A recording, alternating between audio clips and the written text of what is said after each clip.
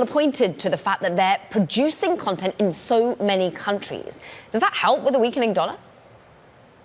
I mean, look, I think, well, first of all, having production resources all over the world, I mean, more than anything else, Caroline, it makes it cheaper to make content. The cost of making an hour drama in the US, I mean, can run, you look at something like, take a Yellowstone or an 1883, like those can cost $25+ million an episode. When you're producing overseas, you're taking advantage of generally far lower cost production environments, but you're also creating content that caters very much to local tastes. And so what Netflix has been really unique about is not just creating great content in the US that's exported around the world, but creating great content all around the world. I mean, whether it's a Squid Game or a Lupin in France, like really figuring out how to produce at scale all around the world.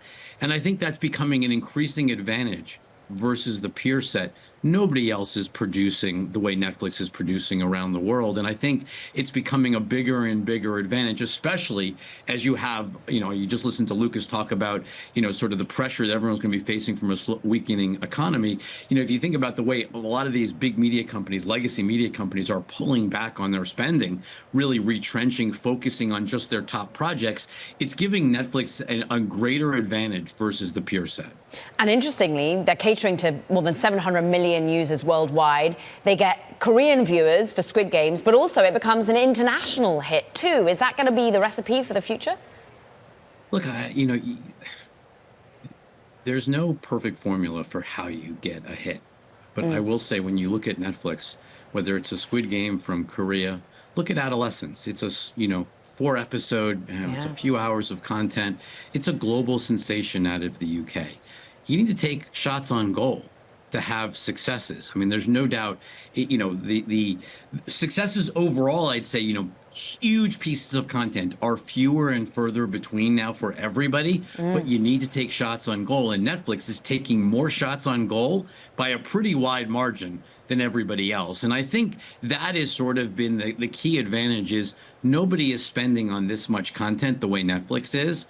And you can see it. I mean, every quarter, basically, certainly every 6 months, it feels like there's one big show that sort of breaks out on Netflix. The other services are just struggling to make really big hits. And part of it is they don't have enough users. Like, they don't have enough daily engagement.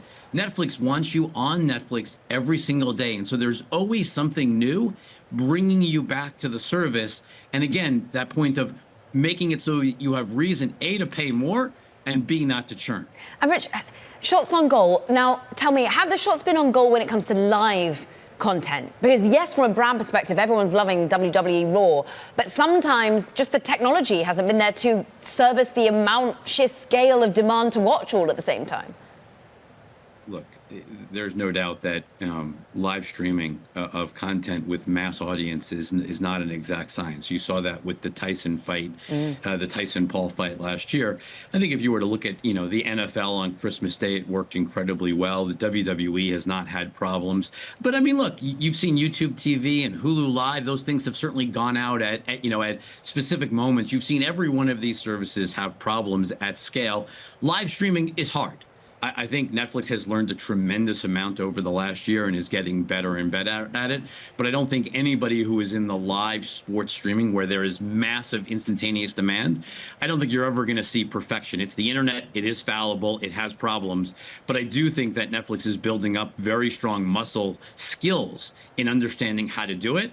But I also don't think, Caroline, I don't think sports is ever going to be the core of Netflix. I think they really see it as a global entertainment service where sports has a place and the live has a place, especially as they build out the advertising side of the equation. But I'd be surprised if sports became critical the way sports is critical to a Peacock or critical, obviously, to an ESPN. I don't think sports is going to be the win or lose for Netflix anytime over the course of the next 5+ years. What becomes the win for the shares right now, Rich? Because we're up, as we can see on the screen, more than 11% over the course of year to date. We're up close to record highs for the stock in this macro environment. Are we going to be able to juice any further?